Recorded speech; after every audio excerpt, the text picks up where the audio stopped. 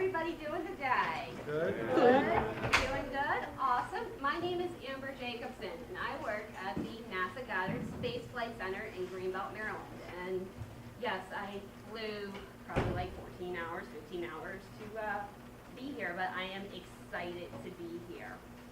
So what I do at Goddard is I do education and public outreach. So I know saw some of you guys the other night, and I know you guys have an outreach team here. You work on your outreach team. You have a media team, you have all that. But what I do at Goddard is I tell a story.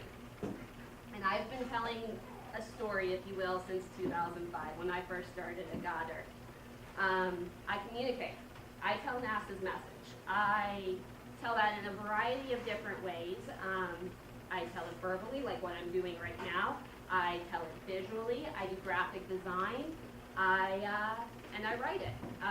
I do feature stories. I do news stories. I write content for our website. I do all those kinds of things. So as an outreach specialist, what I do is I lead a team of individuals. I have a team of colleagues back home at Goddard that provide communications and graphic design services to about 10 different missions. And as part of that, I built a program. When I first started working where I am, I work in space communications. So space communications, the act of sending and receiving data. You have a satellite up in space. It needs to get commands to know where to go and what to do. Likewise, it needs to send its data back home. That's what I specialize in. When I first started working in space communications, they didn't have really anything. They didn't have a website. They didn't have social media. They didn't have any print materials. They didn't have anything, and I built that from the ground up. I've represented NASA at dozens of events. I've been to New York. I've been to Florida. Been to Kennedy, just like you guys have. I've been to California, and now I'm here. I've been to Capitol Hill. I've gotten to talk to our NASA senior leadership. That's me talking to Charlie Bolden, who is the administrator for NASA. I've had multiple conversations with him about what we do in my office. I've talked to U.S. senators, U.S. representatives. I've gotten to communicate a message to them about what we've got going on. Like I said, I do graphic design. I design posters, brochures, fact sheets. For those of you guys who were there doing the presentation the other night, there was a display in the back of the room. I designed that display. I produced it. What else do I do? I do social media. In my office, first of all, if you're not following NASA on Facebook and Twitter, please go out and do that. Or one of the many other social media accounts that we have. NASA's on Instagram, Pinterest, so many different places. But in my office, we have 4 different social media accounts. We have 2 Facebooks and 2 Twitter accounts. I curate those. I create educational activities for teachers to use in the classroom. I've done teacher conferences before, working with teachers to help them develop their content so that way they can come back and teach you about some of the things that we're doing here at NASA. I do strategic comm and I do media. I work with the media, work with these organizations to get our information out there, and I help formulate our story and our plans so that way everybody's on the same page when they're talking. Because when you have one person over here saying something different than the person over here, not good. So that's what I do. I've had some really great experience at NASA, some of which I'd like to call my greatest hits. My missions, I'm kind of unique in the way that most people, when they do missions at NASA, they only have a launch every 5 years. I've had 3 launches in the past 2 years, and all 3 of them happened within a year period. So it's been a little bit busy. My missions have been featured on The Tonight Show with Jay Leno. A couple weeks ago, we got a good reference on NCIS, which is #1 show on TV, so that was super exciting. They had about 17 million viewers that night. I've been featured on the White House website, your big network news stations, ABC, CBS, NBC, Gizmodo, R&D Mag, Popular Mechanics, and the list just goes on and on. The other really cool thing that I've been able to do in social media is one of my launches, or at earlier this year was our tracking and data relay satellite. It's a communication satellite. Let me preface this, it is a communication satellite. It's not a science satellite, we just transfer data.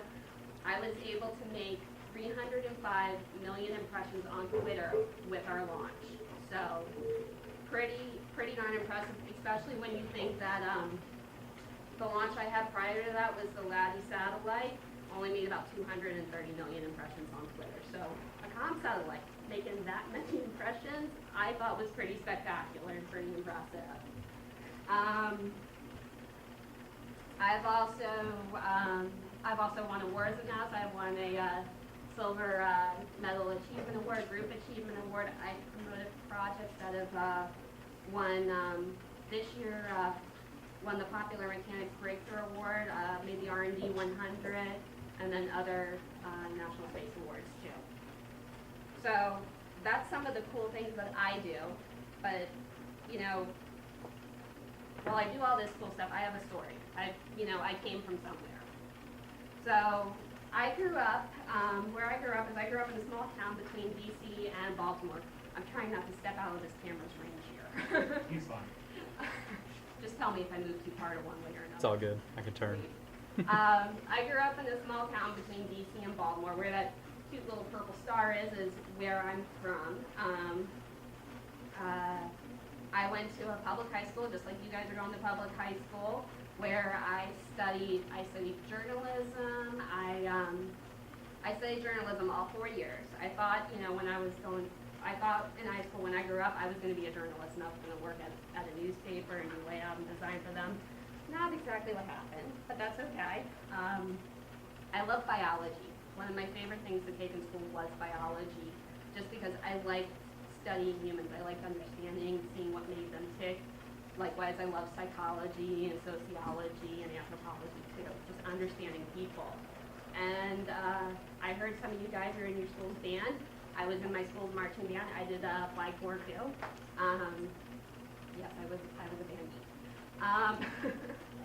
And after I graduated high school, I went on and I went to university. I attended the University of Maryland at College Park, and I started at NASA in 2005.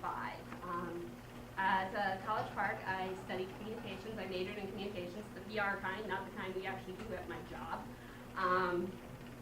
And I got an internship at Goddard in 2005. I started out doing outreach for the Hubble Space Telescope, which pretty exciting place. It was what was going on at that time was we were preparing for the last and final servicing mission for the Hubble, and I got to do a lot of the outreach related to that and help them out with their program and developing what they wanted to do. So that is where I started. So now that you know a little bit about me, I'm going to talk a little bit about what we do at NASA. And I realize for some of you guys, you all have been working with NASA for a little while now. It might be repetitive, but it's always good to do a refresher, I think. So NASA has 4 areas that we study. We study aeronautics, we do human exploration and operation, we do science, and we do space technology. In aeronautics, I know most people think, when you think about NASA, you think outer space. That's where we're at, what we're doing. We actually do work in aeronautics, developing new technology for airplanes to make them safer, advance the technology, make them more comfortable too, make them faster. All those things we do at NASA. We do human exploration and operations. So the primary part of that is the International Space Station, continuing to maintain the International Space Station and add to it. We have launches to the International Space Station on a regular basis, sending crew there and sending cargo there too. Not only cargo to keep feeding the astronauts, all that kind of stuff, but new science experiments going there all the time. We also, the other part of human exploration and operations is we're looking at the next generation. Where we're going to next beyond low Earth orbit, and we're excited to be going to grab an asteroid, going to Mars. We're excited to be doing that. So we're in the process of developing those vehicles to get us there. We also do science at NASA. We do science at NASA. We do a lot of science there. We do science in all sorts of different fields. We do earth science, space science, heliophysics, astrophysics. We We study anything and everything that we can. And we do space technology too. So we work on different types of technology that we can use in space to further ourselves in space, but that also can be transferred back down here to Earth so everyone here can use it too. So some of the things, that I've got up here, all the way, some of the technologies that we're working on in planes, our Orion Crew capsule. This one is a cool image that our Solar Dynamics Observatory caught of solar flares. And this guy down here is Robonaut, robotic astronauts. So NASA has all these great areas that we work in, but we do it all over the country.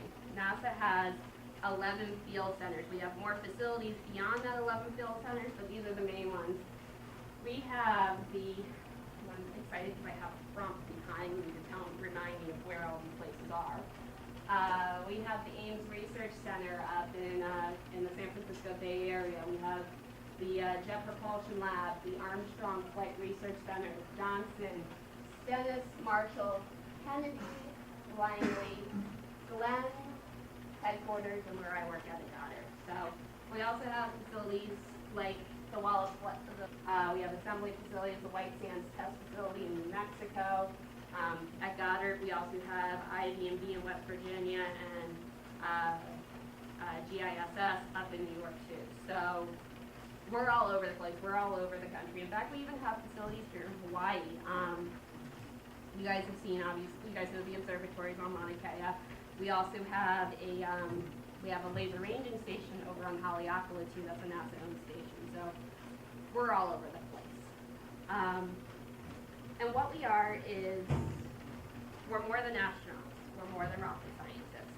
There's so many different types of careers at NASA. And we need so many different types of things. So while you all are, for the most part, engineers, I like telling people you don't need to be a rocket scientist to work at NASA. We need everybody. Yes, primarily most of our folks are scientists and engineers, but even our engineers have diversity. We need electrical engineers, mechanical, systems engineers, tech. We even need civil engineers because we have infrastructure that needs to be maintained here on Earth. We need IT specialists, human resources folks to do all of our hiring. We need financial people. NASA's budget is about $17 billion, which in comparison to the entire federal budget is a very, very small little bit, but we need people to help us manage our money. So financial people make our work go round. We need writers, technicians, graphic designers. We need seamstresses. This one boggles people's mind, but one of the things that we do is we have, satellites go out into space. It's super cold out there, so we need to keep them warm. So we have things like thermal blankets that we apply to the satellites before we send them out there. We need seamstresses to be able to join the blankets and adhere them to the satellite. So we need administrative personnel and just so many different kinds of people. I mean, we need doctors at NASA. We have a crew aboard the International Space Station. We have doctors that research how space affects the body. Cognitive neuroscience, right? What would it be like to be able to study how space affects the human brain? So, marketing and outreach. Hello. We need photographers. We need, you name it, we need it. There's, all the way down to, like chefs and cooks and everything. We have, like I said, we have a crew of 6 aboard the International Space Station. Those guys got to eat somehow. What amazes me most about NASA sometimes is just the diverse workforce we have and how many different things that we need. So, yes, I think this is a video that talks a little bit more about it. Let's look. I love my job because it's inspirational.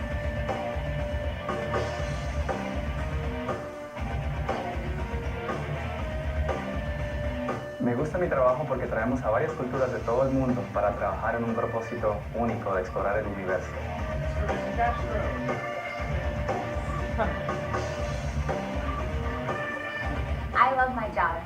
dynamic.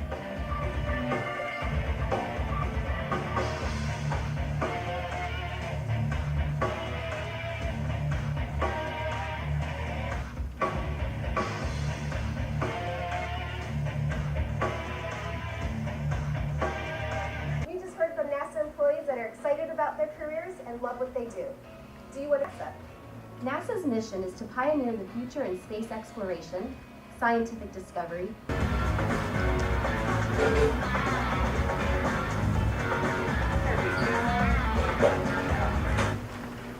So that was a pretty good video and summed up a lot of the points I was trying to make too. One of the points that I also like to drive home is education beyond high school.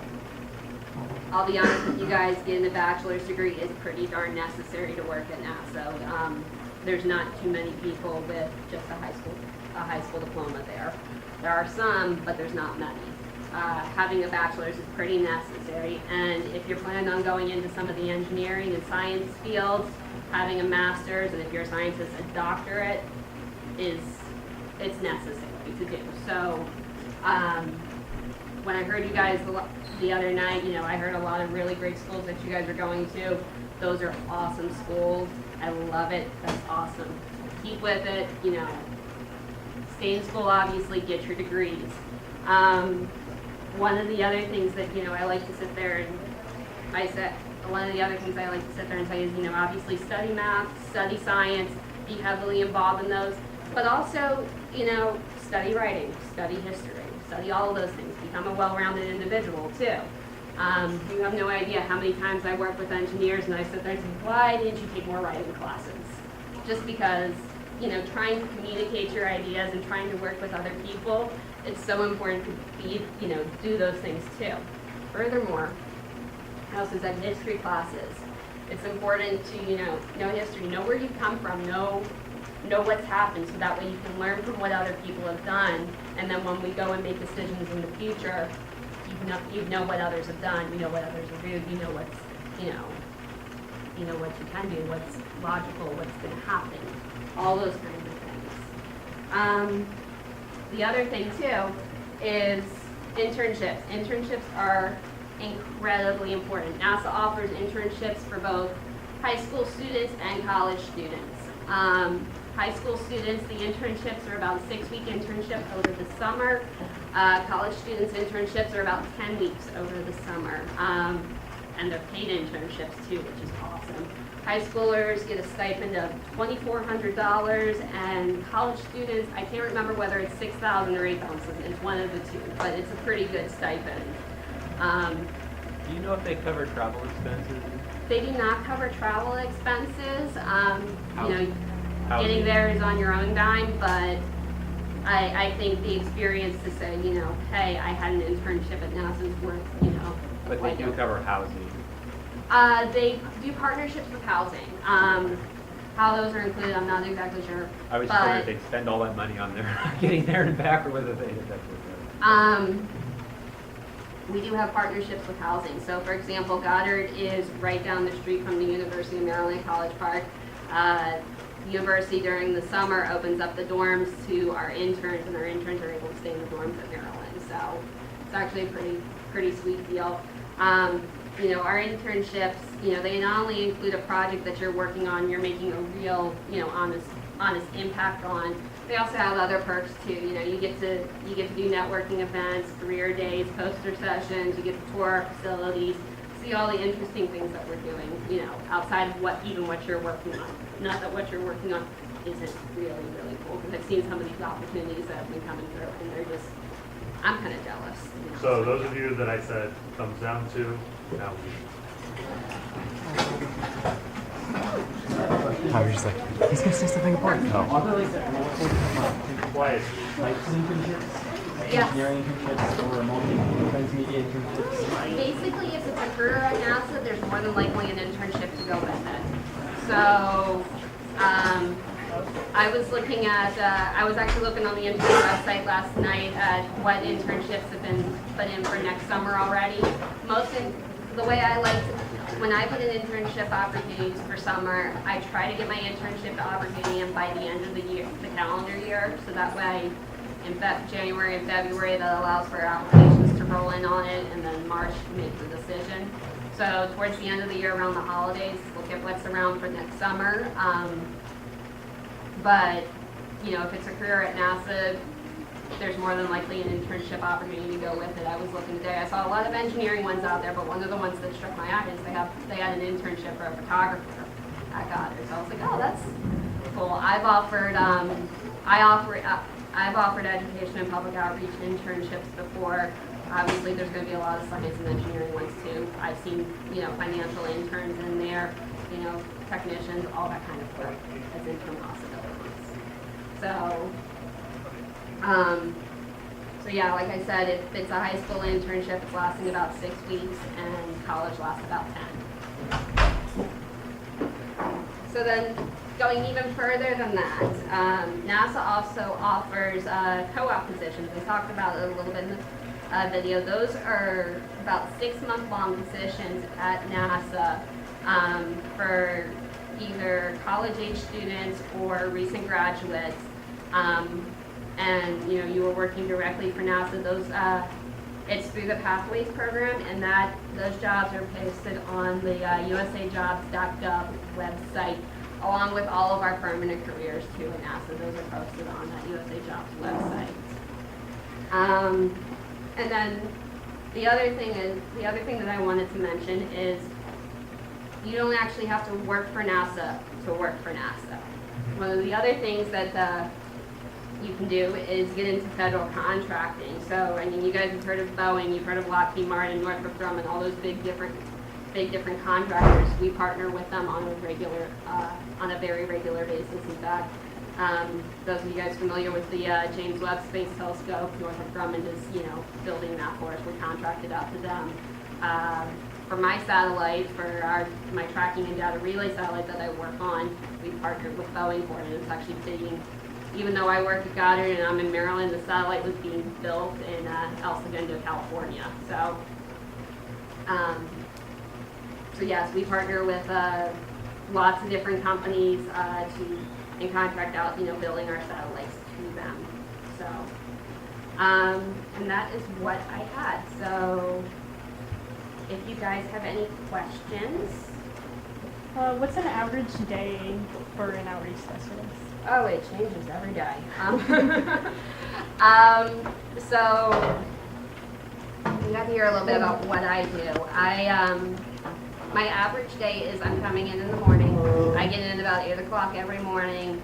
I get settled in, check my email, all that kind of stuff, and then I'm in and out of meetings. Sometimes I'm designing products, other times I'm doing, you know, installations. Like I just got done with a big multi-panel installation the other week. So I'm supervising an install. I'm coordinating different events. So you know, I was coordinating my trip to come out here while I was doing that install. And then on top of things, you know, just, you know, attending meetings, doing different things, just helping my folks out, and then also getting the message out there for me. And posting the social media, writing my social media posts. That's what I was doing last week. So yeah, it changes every day what you do. It really does. It's scary how much it changes sometimes. So. I don't know if you discussed this earlier, but how are interns chosen? It is much like a job application. It's an application process. What happens is internship opportunity gets posted on our intern website, and you go and you submit your application for it. Much like you would do a job application, you know, you list out your experiences, what your extracurricular activities are. We also do personal statements in there too. And, you know, I selected interns for, and I really look at those personal statements to see, you know, what you're interested in and what you're doing. And that really helps, you know, me understand whether or not you're a good fit for what we're looking to do. Even though you specialize in outreach, you got to work on satellites? Is that something I promote them. So, okay. But, you know, I've been in the clean rooms and everything, you know, when we've gone through our testing, when they've been building them, all of that kind of stuff. There might be pictures of me in a bunny suit somewhere, yes. What are the best kinds of things that we as high school students can do to prepare for future events? Study hard, study very hard, get good grades. You know, what you guys are doing right now in robotics is quite possibly one of the best things that you can do. Because I can tell you right now, you guys are our future workforce. Really good one. My brother's a mechanical engineer at NASA, and he did robotics in high school, and he's at NASA now. And I've known other kids who have done robotics in high school who are working as engineers at NASA right now. So what you're doing in this program is, y'all are doing the right things, I can tell you that. But continuing to study hard, going to a good school, getting good grades with that school, and, you know, but that's good, a life philosophy to you guys. Whether you decide to go into engineering or science or whatever field. And like I was saying, you know, being a well-rounded individual too is, you know, really important as well. It's always important to have good communication skills to, you know, always look